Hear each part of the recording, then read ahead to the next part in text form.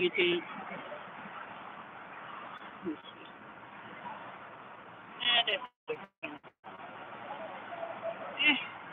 Let me stop turning this thing, okay? All right. I'll wait till I get some audience. Hey, whoever's on here. Who's on here? Yvette? The only person I know who jumps on real quick.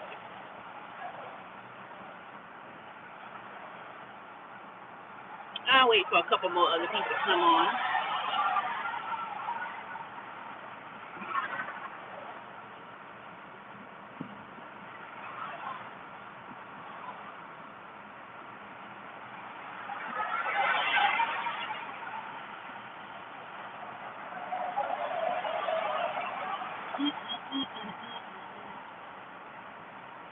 All right. Well, as you can see from the title, hey, who else came on?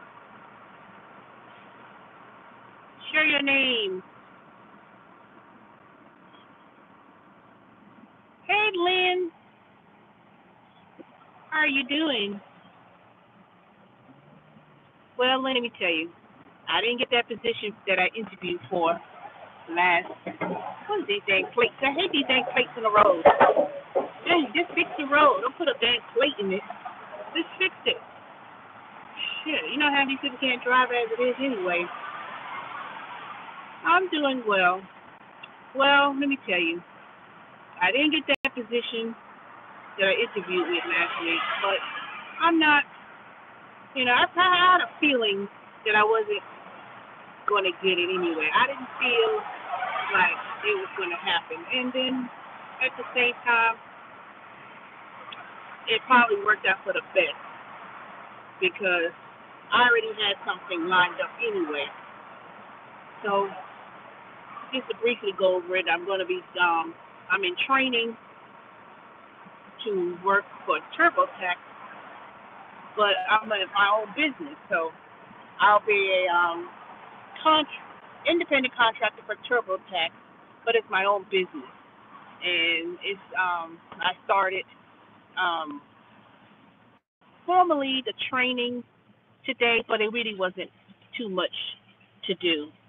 So I will be taking calls during the tax season with my own business with TurboTax.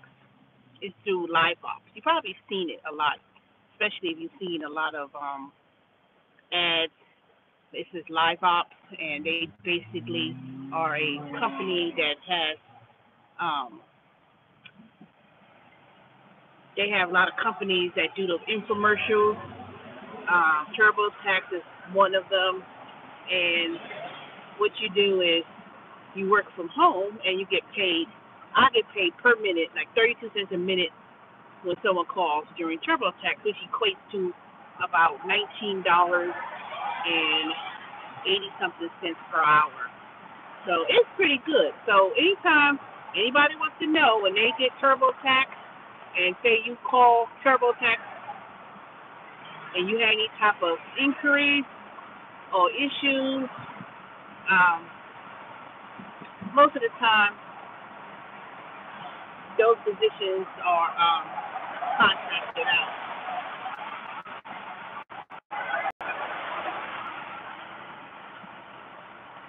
So I'll be working with them, but then after 90 days, you could request other programs to work for and other companies. But there's a lot of companies out there, to be honest. There's a lot of companies out there that actually look for people to work from home. Now, one thing I like about live ops is that you don't have to pay them a fee to do it. So there's a lot of other companies out there. They want you to pay. They want you to pay to use their services or their platforms and things of that nature. And I'm not down for that. But anyway, that's not what I want to talk about. What I want to talk about is Uber Eats versus Grubhub. Now, I don't know what's going on with Grubhub, but lately it's like it's been kind of slow. Now I know it's been slow with Uber Eats too, because um, a lot of college kids, like if you, not so much you have to be in a college town, but if you anywhere near a college or university, um, a lot of them went home for the holidays and for Christmas. So, a lot of millennials use apps to order food.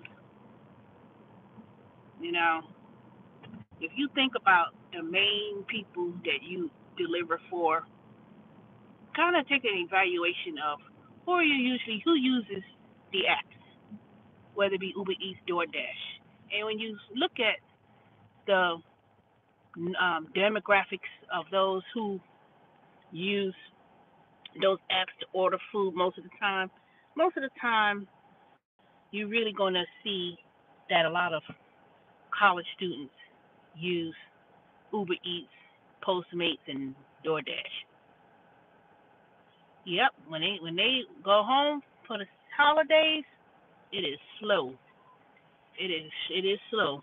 So you have to kind of adjust your time as to where you're going to pick up from and the time frames you pick up from. But there's still people who families, they tend to order more from an upscale restaurant, but they only order food like on the weekends. They're gonna order like Saturday, Sunday. They're gonna do it maybe like once a week type of thing. So, and then those are the ones who usually give you better tips. They tip very well, and their orders tend to be bigger orders. But in terms of like volume wise, in terms of getting a lot of orders, it's going to some kind of wing place or pizza or whatever. You're going to be back and forth at those lower end restaurants, like I like to call them. But you're going to get a lot of orders. So I don't shy away from those small orders when it comes to Uber Eats.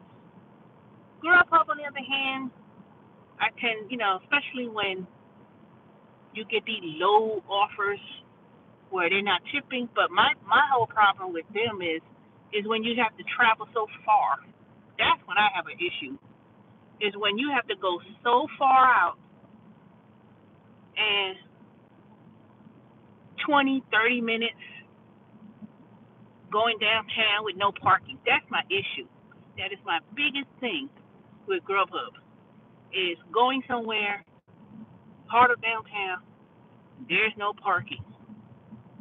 And then it's like, why I'm going to go somewhere where there's no parking, there's no tip involved, and pick up something for $4. The delivery fee at Grubhub, well, they got a extra dollar going on. So for that extra dollar, it's $4 until December 31st, and after that it goes back down. Then it goes back to $3, and then they pay the mileage. But if you're gonna be stuck in traffic and you could stay where you are and wait for the next order, then that's when it's a little bit more better. That's when that's become more I ain't gonna say profitable, but you have to look at it like that. But Uber Eats, when it's busy or when it's like um, you know, lunchtime downtown, which I don't like to do lunchtime because, well, for one thing, I'm not going to do that. I'm not going to do 11 to 2 during lunch because once the tax season begins, I'm going to devote my time to working at home.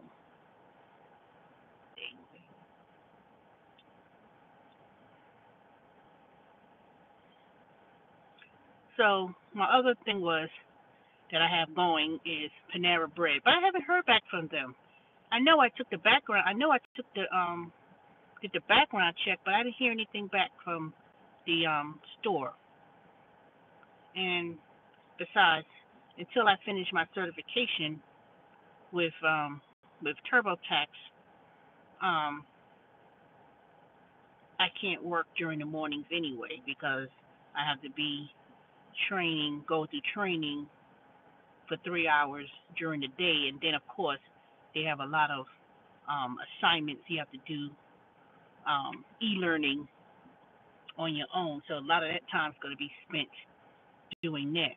So part of my day during the daytime, I'm going to be doing those duties. And then when tax season starts, then my schedule will drastically change. I won't be doing as much of these food deliveries. I'm going to still do Grubhub, Uber Eats, or whatever, but it'll probably be more like during that lunch evening crowd. That's how I'm going to work that. So for now, I'm just going to focus on training, and during the evening time,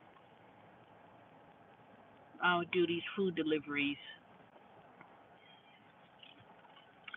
All right, so it's 2:33 now. So I just did I did two McDonald's orders and one Mexican restaurant that I went to. So I only got one tip of $2 from one of the first delivery I did, and then the other two was from McDonald's. So let me tell you, I went to the person lived in one of those motel suites. You know, if people I see a lot of these motel places popping up, and people live there. You know, they don't have enough. They can't afford to get an apartment or move into a house. So a lot of these people are living in these motels. Now, order from McDonald's.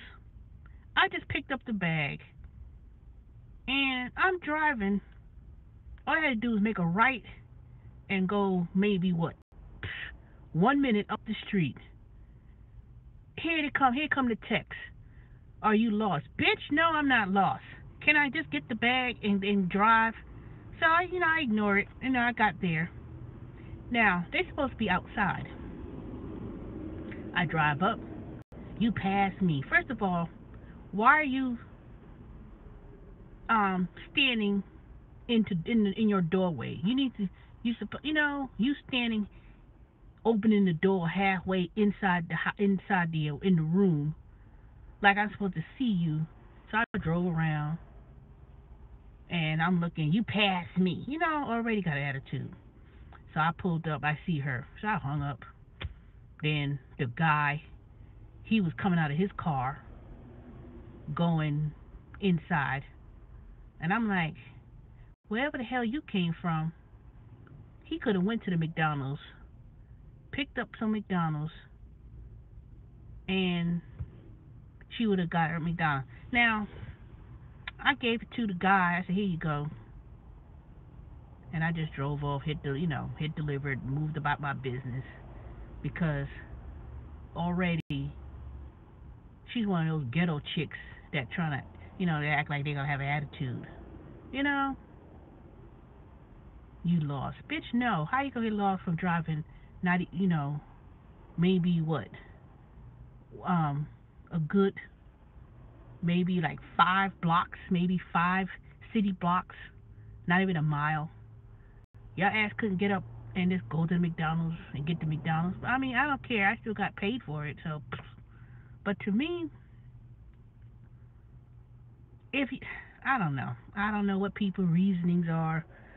If they want to order McDonald's and pay 3 times whatever the food costs, because I'm quite sure if you buy something at McDonald's, it's $5. The $5 meal, and you order that same item, it's probably going to cost you what? And that the delivery fee $2.99 plus the upcharge of the McDonald's, which would probably be an extra $2-3. I don't know. To me, One thing I could say about McDonald's is if you're delivering McDonald's, and the thing, it's not you're never gonna travel far. You're only gonna go about maybe a mile, half a mile up the street, whatever. That's an easy $4 or maybe $5, depending on how much it is. It's about $4. $4.88, $4.34. That's what I got for the two McDonald orders. So, and one thing is, if you really want to get a lot of deliveries with Uber Eats, go to the nearest McDonald's, and I don't care which one it is. Just go to any McDonald's. Just go to any of them. All kinds of day people order McDonald's. Breakfast time, lunchtime, dinner, late dinner.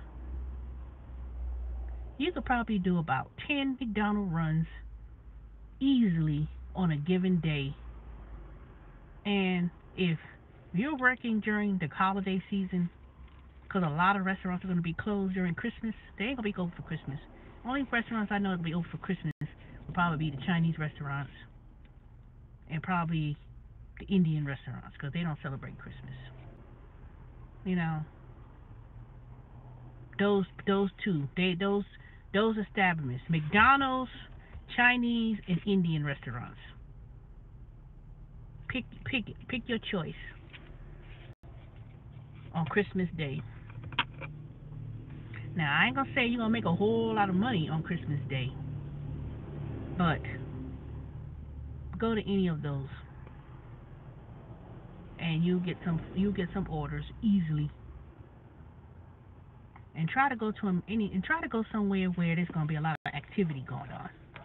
Now, Atlanta is one of those cities that's hosting the college football playoffs. It's not this weekend, it's next weekend? Yeah, next weekend. And what other ones they supposed to be hosting? Not the Chick-fil-A Bowl. Yeah, the Chick-fil-A Bowl. Was the Chick-fil-A Bowl? Was that? Well, look it up. Just look it up. Any college city that has major playoffs or whatever, Atlanta. Oh, our ass is better than. Oh, that's somebody else's YouTube channel, Erica Williams. She's pretty good. You have to look at. Let me tell you how downtown Atlanta. See, downtown Atlanta, there's gonna be a lot of people coming in to the college games, but they're gonna be doing a lot of walking around. I don't see a lot of people just ordering Uber and Lyft and jumping in cars. It's just gonna be too much traffic. So to me, you may pick up a couple of rides here and there, but it ain't gonna be worth it to me. You know. And then as for food wise, all the restaurants is gonna be crowded. Everybody's gonna be going to whatever. Pick your chicken place, Taco Mac, Buffalo Wild Wings, um, Hooters. It's gonna be so crowded in those restaurants, neighborhood pub, any of those restaurants. Let me tell you why I don't like. Let me tell you what I don't like. The difference between Grubhub, Uber Eats, and all the other apps. Not just Grubhub, but DoorDash, Grubhub, and all the rest of them. Uber Eats only dispatch whoever's the closest driver, and then once they have a closest driver in view, then the food gets done or prepared at that point. And then that's when they dispatch the driver to come and pick up the food. Whether it's if you're the closest driver, whether it's 15 minutes away, 2 minutes away, 1 minute away, that's when orders are ready. Because then the order is going to be prepared. And then when they know they have a driver coming, then the food is going to be prepared. Now, Grubhub, Uber Eats, not Grubhub, Grubhub, DoorDash, Postmate, all the rest of them, they don't have that type of technology. They don't have that logistics down pack like Uber Eats. They really don't. If it gets busy in these restaurants, Grubhub drivers are ready to pick up food is based upon how much that payout's going to be. If the payout is zero tip and nobody leaves a tip and it's $4 and it's downtown, they're going to have a hard time getting somebody to pick up that food. They're not going to pick it up. The food is not going to be prepared. They're not going to, and if they do prepare it and fix it, some of these restaurants could give a damn. They'll prepare the food and they'll leave that bag sitting on that counter for an hour and a half, 2 hours. And when I come in there and I see a bunch of bags on the counter, I always ask, "Oh, are those Grubhub orders?" No, some of them are DoorDash and Uber Eats. So I kind of get an idea, like what kind of, what kind of orders those restaurants going to get. Even though I look at the door, I'll see Postmates, DoorDash, Amazon restaurants. I look and see what kind of flow of traffic coming in. So when I come inside and I see those bags and I see the orders, what I do is I ask them, are there other Grubhub orders that's not been assigned? Then if it says, oh yeah, they got a driver on their way to pick up the other bags, or no, they don't, then I pretty much will say, okay, then this restaurant is going to get Grubhub orders. Let me go ahead and drop it off, and then see if Grubhub is going to assign me that or not go and pick it up. Now, sometimes that works, and the same thing with Uber Eats. If you hear that Uber Eats app going off in the background, and you say, okay, you just picked up an Uber Eats order and you haven't been assigned another order, just kind of take note of how many orders a restaurant tells you. And I ask all the time. They'll tell me, oh, we get a lot of Uber Eats orders. And I say, okay, bing, bing. So that means I keep on the radar that that's the restaurant that I'm going to focus to go to. Unless Uber Eats took me so far off the path and then I can't go back to that restaurant. But I still take a note of it.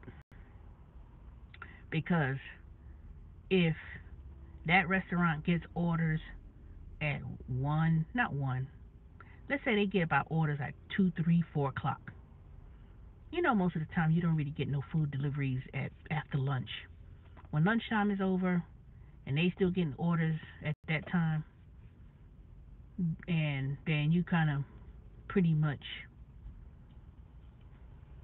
try to concentrate on serving that particular restaurant. Another thing I notice is Uber Eats could be pretty good when it's a boost. But let me tell you about my feelings about the boost. Uber Eats is going to give a boost is only when nobody don't want to drive in the rain. Nobody don't want to come out if they think it's snowing. Nobody's going to come out if it's cold outside. They ain't going to do it. They are not going to go out if it's 32 degrees here in Atlanta and they mention anything about snow. Most people are going to like, no, I ain't going out there. They're not going to do it. They're not going to go out there and do it, because if a lot of people are doing Uber Eats and they're doing these gig jobs and that's just their little side job, automatically those people who fit that category, they're not going to do it. They ain't going to be answering, It's not important for them. They don't need to make the money. It's not important for them to go out there if it's 3.0, 4.0. They ain't going to do it.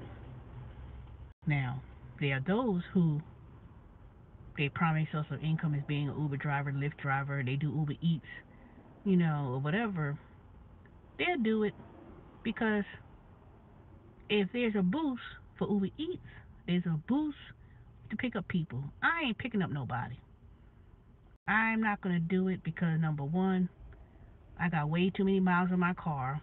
Two, my car does not, it needs cosmetic work done.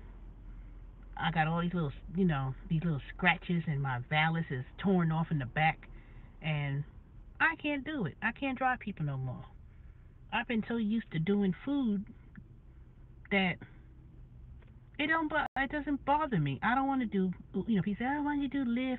Why don't you do Uber? No, I'm not gonna do it. I don't even like driving long distance anymore.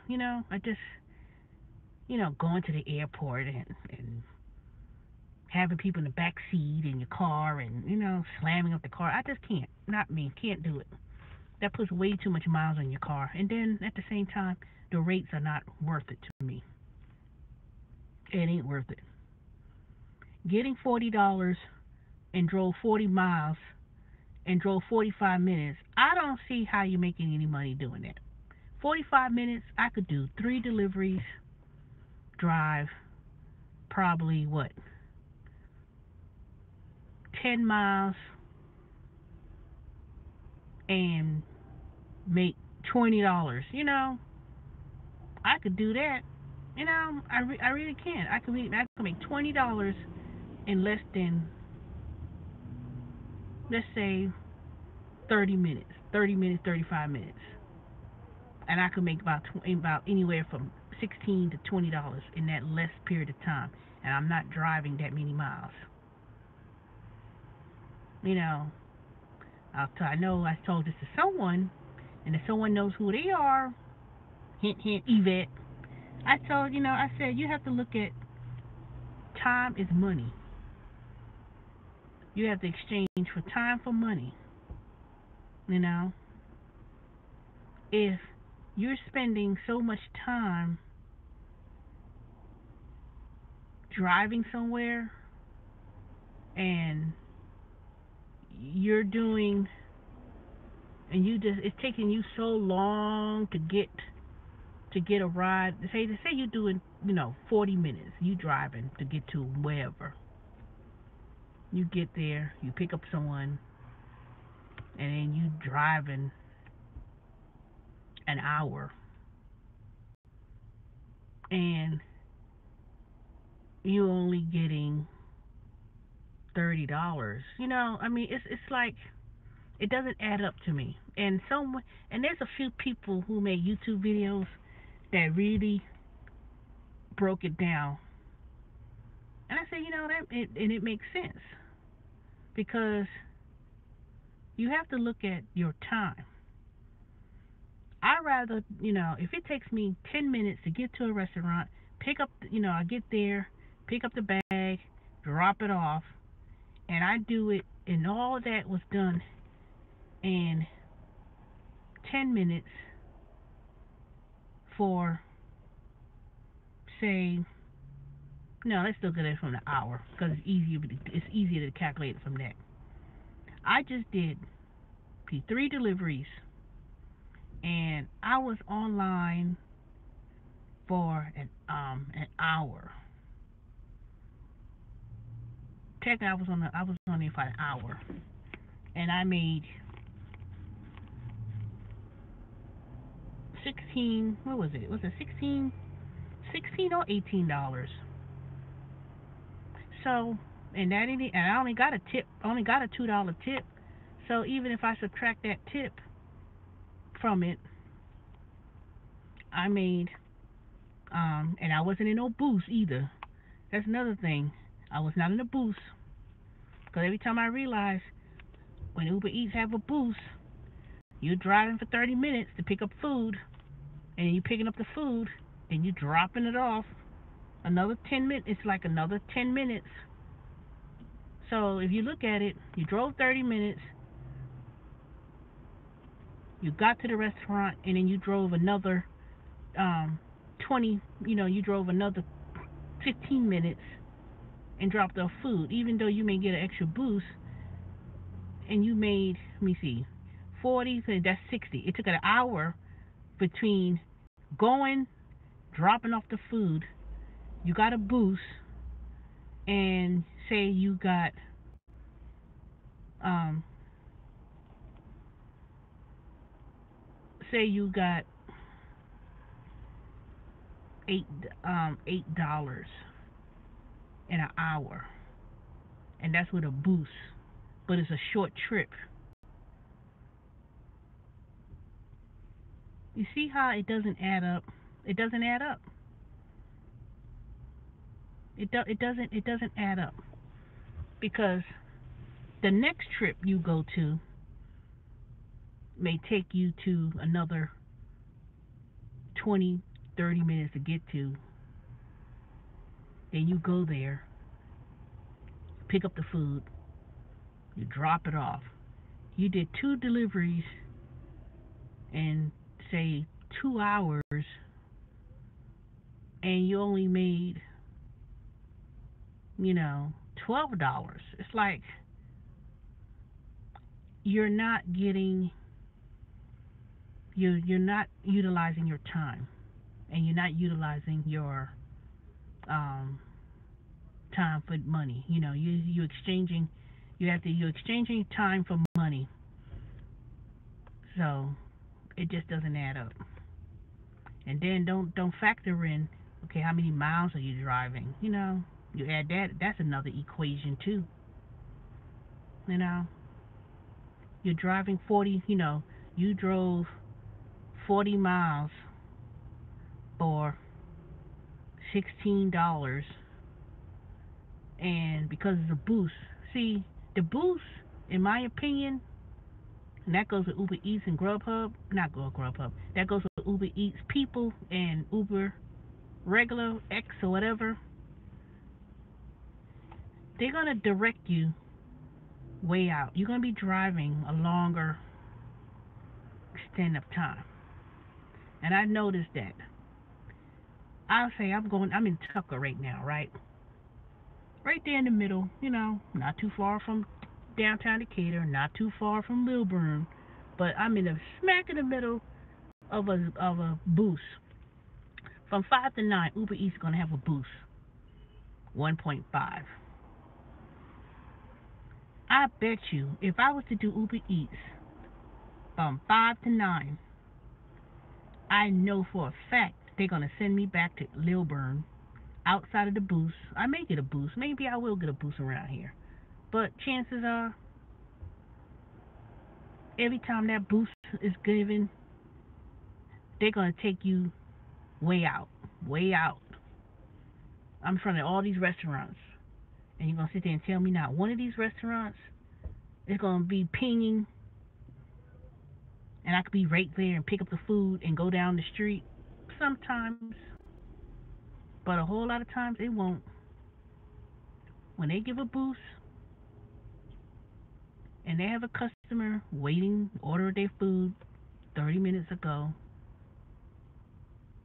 they're going to put on that boost, and people's going to be, oh, it's a boost. I'm going to run. They're going to run all the way over there for 30, 25 minutes, pick up a bag, drop it off down the street or whatever, and they're going to be pulled all over the place. That's not efficient. I'm not going to drag myself with all these miles to get to the restaurant. Now,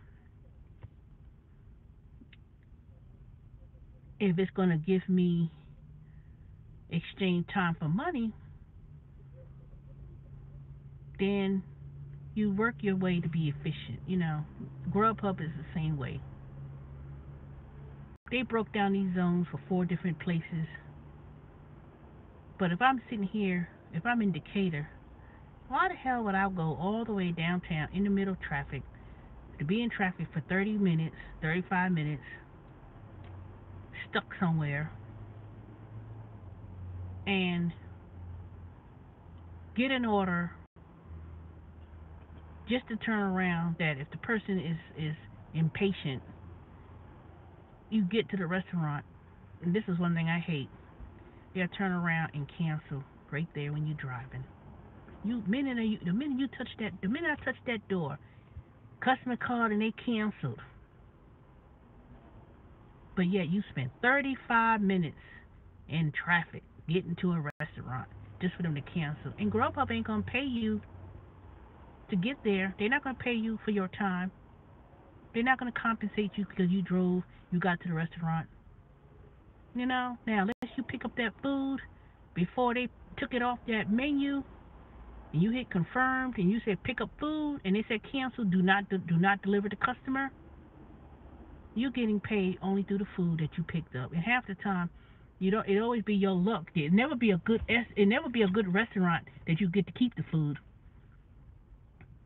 Now I can't say that because I did get some shrimp broil that was like $100 worth of shrimp broil. This was last year. Several pizzas, and it was right around this time of year too. I was being pulled all over the place. It was real slow, and and um, people were not driving. Everybody they decided they wanted to stay home because it was freezing cold, but my butt was right out there hustling, and I was going to restaurants where customers they didn't have no drivers, they didn't have people to go out there. Nobody didn't want to go for a low order, and I had all these damn pizzas and shrimp broils all in the car. I will never forget that. My whole entire refrigerator had a whole bunch of junk. You know, what the hell am I gonna do with three big ass pizzas and a shrimp broil and all? Oh. And it was right around this time of year, to be exact, if I do recall. So that's why I said, you know what? I'm not going for 25 minutes to pick up some orders and then turn around, it gets canceled, and then all I did was wasted time. I could have picked up, I could have stayed where I was, did Uber Eats maybe, go someplace shorter distance. You know, the quicker you could get something and the quicker you could deliver it and you could do it in a shorter period of time, that's how you make more money. Not following the boost, not driving to the boost, unless the whole entire city is boosted up. The whole entire area is boosted, meaning no matter what area you go to, it's a boost. That's it. But when you start noticing limited boost areas like Atlanta has it, it's amazing how. Um, a lot of the areas is boost, but it's never boost in my area. I live in Stone Mountain. You telling me that the part of Stone Mountain I live does not qualify for the boost, and I got to go to raggedy ass Niggerville Memorial Drive, crackhead alleys that's a boost? Because ain't nobody want to go there. Ain't nobody want to go to no Ghetto 5. Feels that, go ahead, come to the car. I'm outside with the bag because you don't want to get out some raggedy apartment complex that don't know how to turn on no lights and you fear being robbed around this time of the year. I'm not getting out no car. I'm not. I'm not going to do it. You come right to the car if you can't, because you're going to most likely, especially if it's Grubhub, every single time I call myself doing due diligence and pick up a food item, even though it has zero tip, I say I'm going to pick it up anyway and I'm going to deliver it. I always have to um, call you on the phone. Excuse me, but can you turn on your light? It's dark. I don't feel comfortable, walking in no dark breezeway, falling on nobody's yard, tripping on somebody's step because, you know, you got it pitch black dark. And then so many people just snatch the food out your hand, don't even say thank you. This is nasty and rude. So I say, you know what? I look at where I'm going. Makes no sense. It don't make no sense. And let me tell you, they'll coax you into that. And Uber Eats, they'll coax you. They will trick you. You see a boost, you be thinking, oh boy, let me go up there. I'm gonna get. It's a boost. But it takes you all day to get there. Then you pick up the bag. Then you drop off the food. You know, After all of that, it seems cute. But I've noticed that with Uber Eats when it comes to the boost, you're not getting orders like. The only time you're gonna get orders like that is if it's snow, cold, raining, and nobody's doing it, and you're the only one. And then they'll boost it to get people out there. But if people still don't do it, then you know you being pulled all over the place. Not gonna do it. If it's a boost, in my opinion, and you pick up an order, if it's and don't let Uber trick you into that either. I always switch my navigation system to Google or Waze, so that way I know how many miles it is. Because sometimes uh, Uber Eats will say 15 minutes. And you're like, well, dang, what's going on for 15 minutes? But if you switch over to Waze and Google Maps or whatever, it's going to say 2.3 miles. Then I say, okay, that's doable. So sometimes don't believe that Uber Eats navigation. Their initial navigation is usually not right. If it says 15 minutes, then sometimes it would say 2 point something miles. Something ain't right. But if it says 15 minutes and it's 7 miles, then that could be right. But if it says, but if you have to look at how many miles you're going, and that's what I do. I look at how many miles I'm traveling. But if it says 10, 12 miles, 15 miles, mm-mm.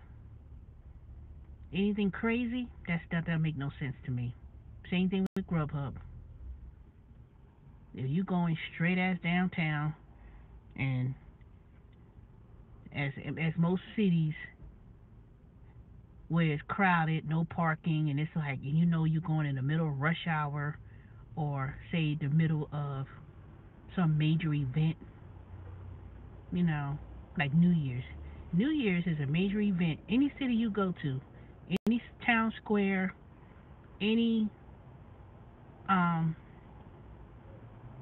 um yeah, town square event, New Year's celebration, and all those people just packed in and you can't drive over there to be picking up people talking about, ooh, let me go ahead and get me some customers. Man, you're gonna be stuck more times sitting in that damn traffic than anything else. Ain't picking up nobody. You pick up one person. Just like when I did driving last year when they had the Beyonce concert, it boosts. I call myself, ooh, I went all the way from my house in Stone Mountain going downtown where the Beyonce concert was, just to go in a line or a designated spot waiting for people to come out the concert, and then they dispatch the next driver to pick up a passenger, and it was 30 seconds before the boost was to turn on. I get a request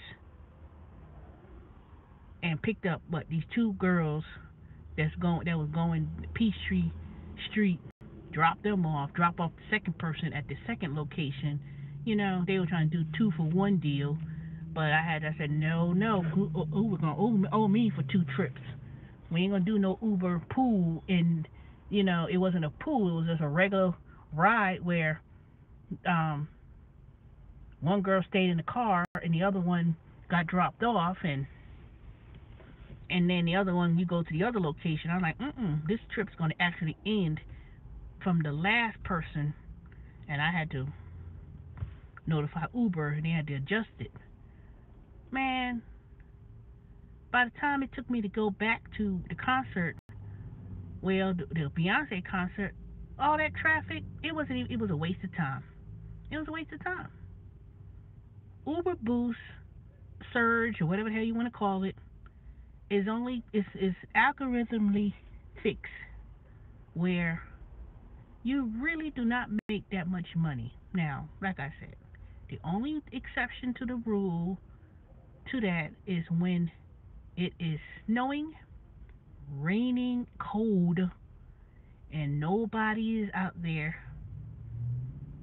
and people are placing orders, but you do not have to drive and go way outside. Just if it's taking you a long time to get to the next place, to the restaurant, don't do it. Just say declined. I'm gonna wait right here and wait for the next order. And I could assure you, you could do less driving, less time, and get more orders done. Not going from one spot to the next spot and going all over the place, because they're looking at it from the order of priority. If they have, and Uber knows it, Grubhub does the same thing too. They know it. If a customer's waiting for an order for a very long time and nobody's going down there, nobody's willing to do it, you know, they're gonna give you that, they're gonna give you the crappy orders. Grubhub would do that in a minute. They give you all the crappy orders, and then you're looking like, well, number one, you have to look at it. Where are you going? What area is it?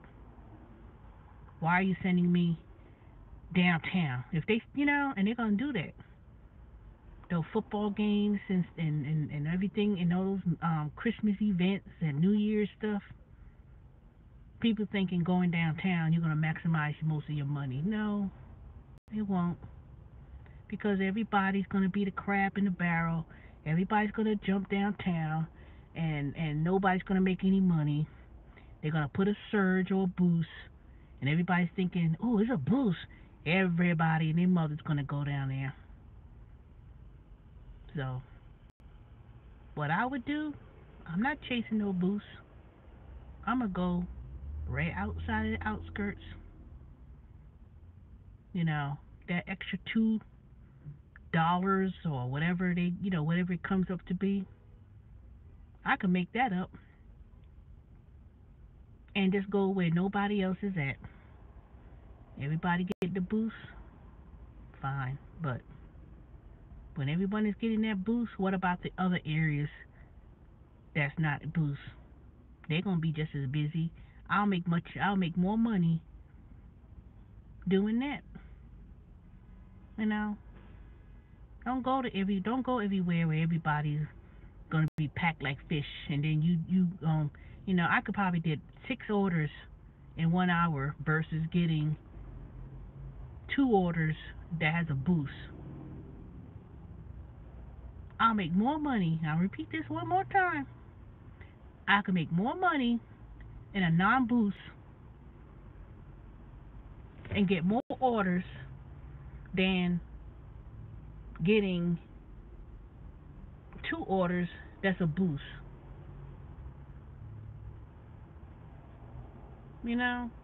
So don't always chase the boost. Even with Uber Eats, don't chase it. Don't just say, okay, I'm gonna work during boost. Because every single time I call myself saying I'm gonna work during the boost, it's like, where is it? Why the orders ain't coming in? And then if the order's coming in, I'm traveling all up and down 285, 85, North Drew Hills, just down Parkway, all over the world. I'm going all over the place. And then when it's all said and done, I'm like, I could have stayed around my house and not even get a boost, and probably could get a better service, and probably could get better tips. So that's my thing. And Grubhub versus Uber Eats,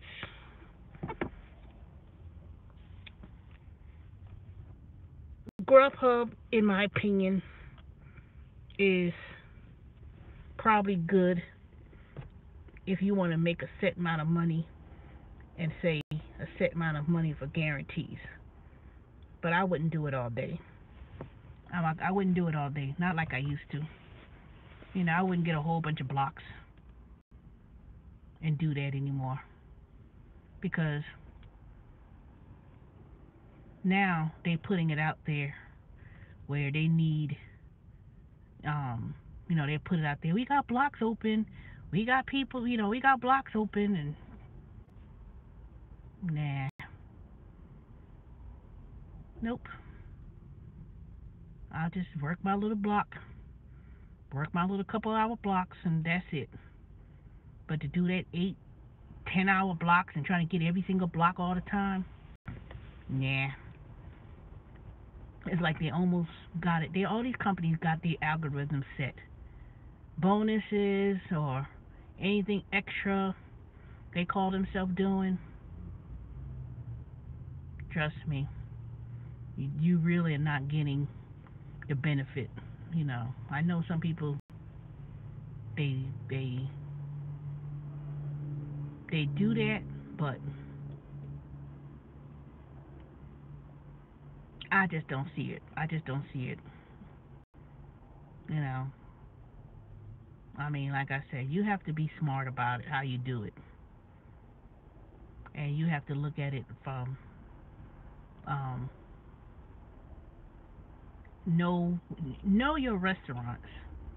Know your restaurants. Talk more to the people when you pick up the food. I just don't grab the bag and like, okay, go, and that's it. Just take a little bit time to know the pattern. Know which restaurants that constantly gets the Uber Eats orders. And another thing I do is I look at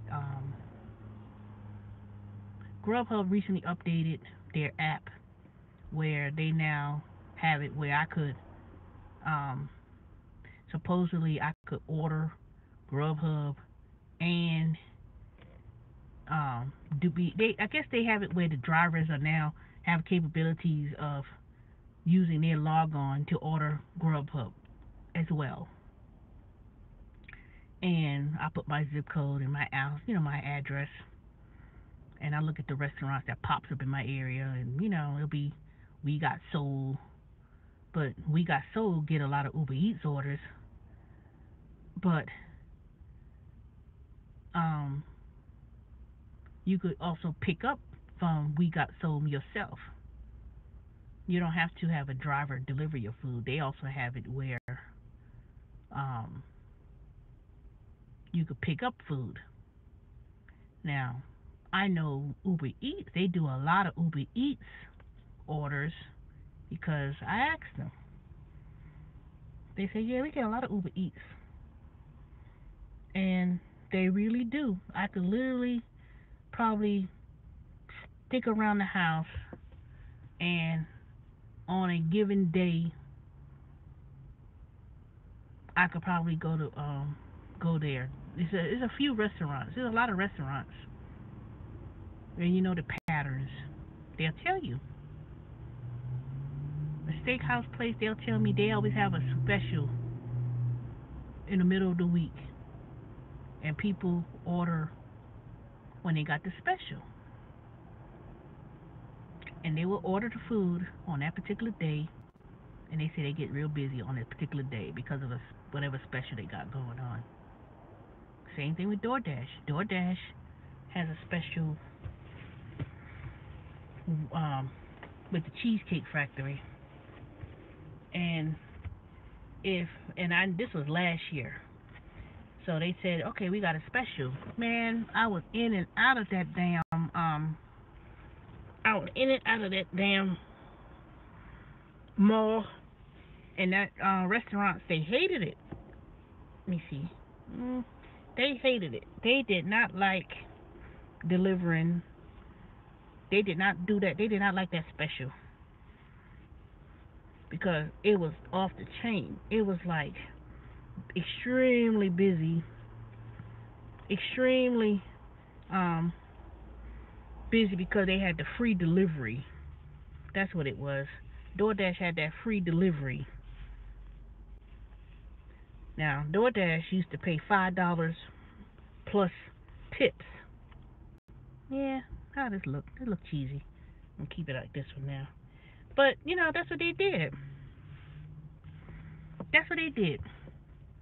But see, that was when DoorDash was paying $5 plus the tips. I don't know what the hell they got going on or how they do the pay these days. So my thing is this: look at which one, see what they got going on. When you see what they got going on, you could pretty much um, know where to go. See, it's a place called Gino's Pizza. They stay busy. They stay busy all kind of night. They stopped their last pizza deliveries like 3 in the morning, 4 in the morning. And the girl told me, she was like, "Oh, you need to come on Fridays, Saturday nights." Now that's a busy time anyway. But because she knows me, if I ever decide to do Gino's Pizza in Piedmont, and all I gotta do is show up. Say, "Okay, girl, I'm doing Uber Eats today." They got the pad. They could see which drivers are there, and they could choose who they want to get the delivery. And since I established this little rapport, shoot, I could sit there right there with that phone and be like, "Oop." She give me the heads up. Give me the heads up. Because I said, you know what? I'm not driving from one all over the world. It's not. It don't make no sense.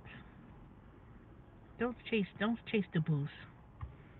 If you chase the boost, Uber Eats will certainly drag you all over the world easily. Grubhub would do the same thing too. Grubhub does the same thing too. But see, the thing with Grubhub is that you know how much the tips are and how much the fee's going to be before you take it. But if they try to get you to go downtown, they have a way of doing it. They have a way of doing it. They'll sit there and give you the best order. Ooh, this person is $20. And you sit there like, ooh, let me go and take it. But if it's something real low, people don't even study it. They'll be passing it along like, nope, nope. There'll be 7 people get the order and they say no, and then they'll give it to me, and I'm like, really? And then it so happens I'll take it if I'm in the area. I really would. But one thing I can't stand is that after 7 people has bypassed it and you 1 minute away from it and you pick it up, and even though it's a low pay, they'll turn around and cancel and they don't even tell you. You that's I just can't stand it. I can't stand when they do that crap. You give me an order to pick up just because 10 other people didn't pick it up. If nobody picked it up at that point in time, they need to just refund the customer. Refund them back. Cancel the order. Say, "Oh well, be sorry." Give them a credit for the next go around if they choose to use the service. If they wish to use the service. See, that's why Uber Eats stays busy. That's why Uber Eats orders are in and out. In and out. It's because their logistics is all is they have it on point. That's why. So I think that if, to be honest, if Uber Eats uses the same technology that if Grubhub was to take upon Uber Eats technology along with the 90 something percent tips that people offer, they would be off the chain, and vice versa. Uber Eats make it better where customers could tip before they get the order, or say while they placing their food order. If it's something $30 and it's 15-20%, don't put other, because you give people that option for other, they'll put zero every time, or they'll put $1 like they're doing something. They'll order $70 worth of food, but then they'll turn around and want to put $1. So they just need to put the percentage, 15, 20%, 25, maybe 30, maybe do it like that. No, take off 15%. They need to start from 20, 25, 30%. Boom, that's it. And then let them place the order. Choose which tip you want to give. And then um, they place the order. Someone comes, picks up the food. They drop it off. And that's it. Because I've started doing Uber Eats more and more, and I hear a lot of customers that start telling me they said they wish that they wish they could tip when they place their order. They want to tip. People who do Uber Eats, they really truly want to tip, but they take too long to figure out how to tip. And they've done it, and once they figure it out, they'll tip. Once they figure out, they will tip. Now there's some other ones, I don't give a damn. They ain't gonna tip for nothing. They probably know how to do it, but they ain't gonna do it because they're nasty and selfish. And I could tell they're nasty and selfish is how you come to give them the bag. I didn't even leave the McDonald's. I ain't even drove out the parking lot yet.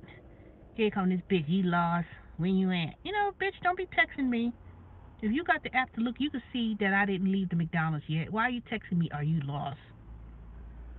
No, bitch, I just got the damn bag. Let me drive, please. Before I could, the second I drove out the parking lot and made that right turn to go to that motel, which maybe what, 2, 3 city blocks.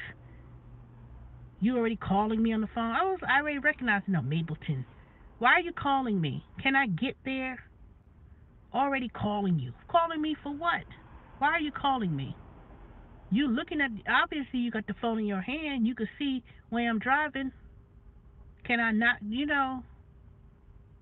drive out the McDonald's, you make a right turn, I go straight up the street, and then I see the big ass motel, whatever that motel was, and I make a right. And I was like, ain't this a bitch? I didn't even damn get out the damn parking lot.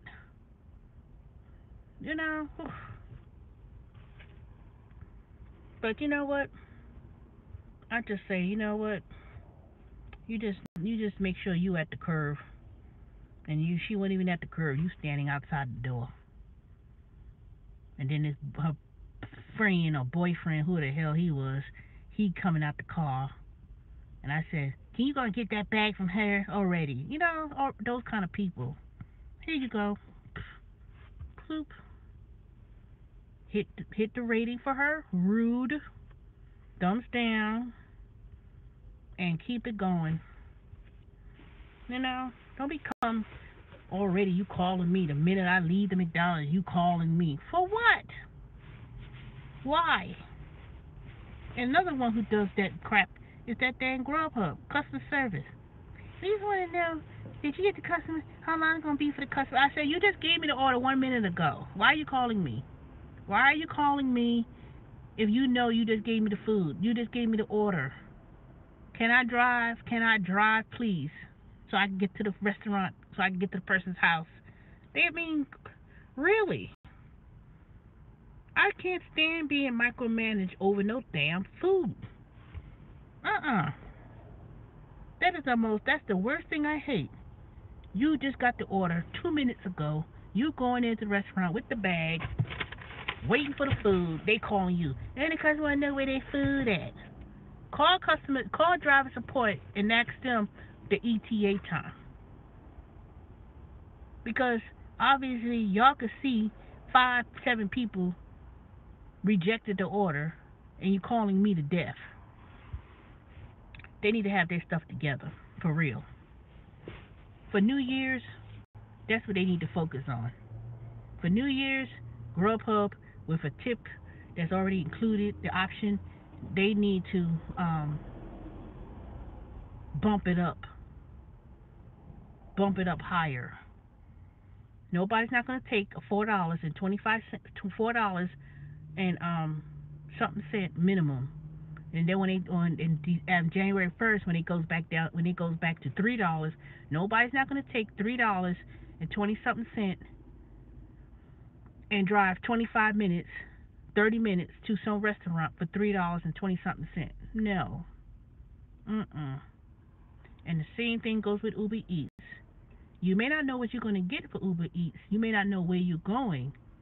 But if it's 18 miles, 15 miles, 30 minutes to get to Uber Eats, I don't give a damn what boosts they doing. It ain't worth it.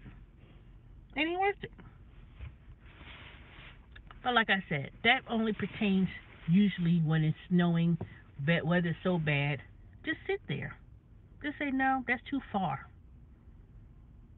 If it doesn't take you 10 minutes, 15 minutes the most to get to a restaurant, if it's not 5 minutes, no, let's say miles.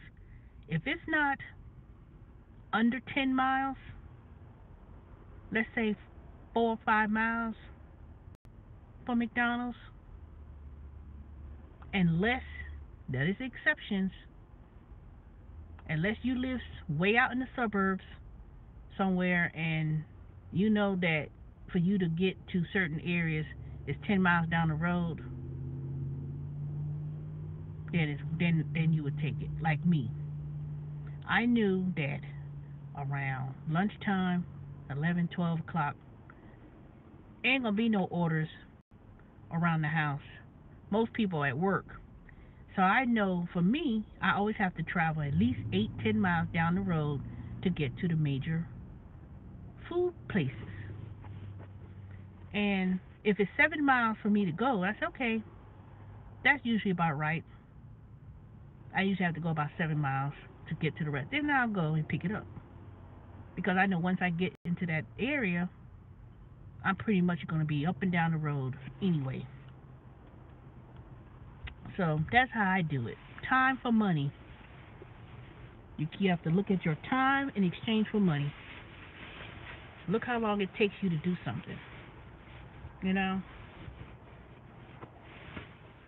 And then look at it from that. But anyway, this video is getting a little bit too long. 68 minutes. And I'm going to take a break. I'm going to wait until I'll wait till 5 o'clock. Turn on Uber Eats.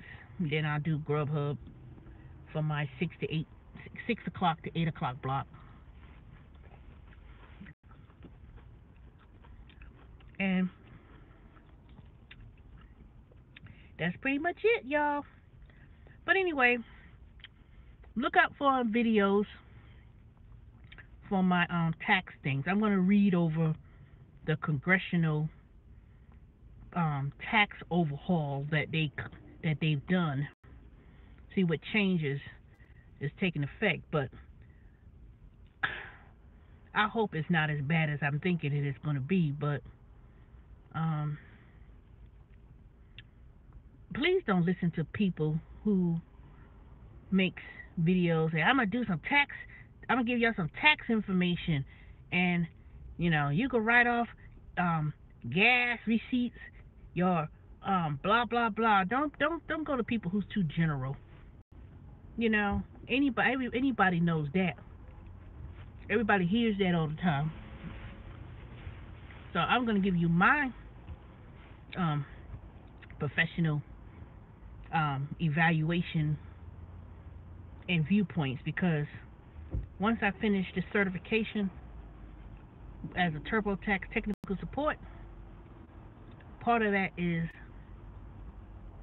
learning about the tax laws, and I've already pretty much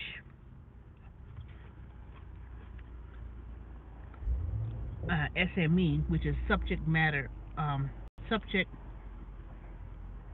Subject matter expert. I'm an SME, so I understand exactly the rules and everything else. What they call the earn references, which is the Internal Revenue Manual. You know, that's what you have to um, know how to understand. And I've done it for I've done it for over 20 years. So I'm going to read over the congressional tax law changes. That's why I didn't make any videos about tax tips, because I didn't want to give out any information and then they turn around and repeal it, and ain't no point in me talking about something that's not going to exist. So I said, let me read this congressional um, MOU, which is Memo of Understanding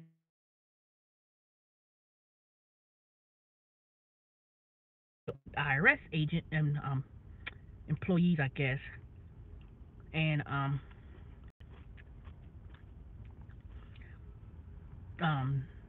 people who are tax professionals. That's something they would have to read on and understand, and a lot of people, they don't do that. So don't go, for those who are looking to get that loan, because that's what it is. They give you an advancement on your tax return refund. Don't go out there and do it. Please don't do it. Don't go up there and do something and let someone tell you, well, we give you $4,000 as a cash advance on your tax return refund, and then turn around, all these changes affect that, and then you end up owing a tax preparer loans, and then you look in the fine print, they charge you 38% from the money you borrowed from a loan, because you were anticipating on getting this big refund that you may not get. So I'm gonna let y'all know. I'm gonna break it down exactly what the changes will be. I'm not gonna be basing it on what I read on the internet, on the news. I'm not gonna be, base it on some little YouTuber who found something, and I'm going straight to the source, which basically is the whitehouse.gov and the irs.gov, plus my inside sources, because I still have people that I know who work there, and I'm gonna his um hear his viewpoint. I trust this person very much. He was a higher level than me, so I still communicate with him, and I'm gonna get the scoop. But I already know. Every year, at the end of the year, Congress goes through this, changing tax laws, changing this. What we gonna do? They're gonna be a delay in the processing time. I hate to tell y'all this. It's gonna be a delay. You're still gonna get your 1099s and W-2s, but for those who are waiting for that tax return refund, January the 3rd, and even though they don't do the tax season does not officially open until January the 18th, or that day after Martin Luther King's birthday. And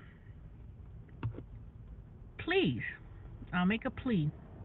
Please don't go to any tax preparer who claims that they could prepare your tax return prior to Martin Luther King's birthday. They don't put nothing in the system. There's nothing held in the system, and then your thing's gonna be ready to go. No, please don't believe that. Please don't study that. Don't do it. Don't get swindled. Don't get scammed, because it ain't true. So that's all I got to say about that. And just look out, keep a lookout for it. And I'm going to go ahead and read it because part of the things I mean learning being working with TurboTax is that that's one of the things I'm going to be certified to do. And but I guess I'll talk to y'all in a couple of days and be on the lookout for those the information. I think I'm just kind of waiting for the changes to occur. So I hate to see what's going to happen, but but please don't listen to take stuff with a grain of salt when people talk about taxes, because every time around this time of year, they got a lot of people who profess to be knowledgeable in taxes, but they don't have no kind of background, they have no experience, no nothing. Anybody wants to know about my experience? I'll be glad to provide you with my resume. I do have that. So I have the background. I really do. But anyway, let me go. I'm gonna wait. It's still kind of early. Everybody's. Let me see what time it is. Dang, it's all it is. 3:38.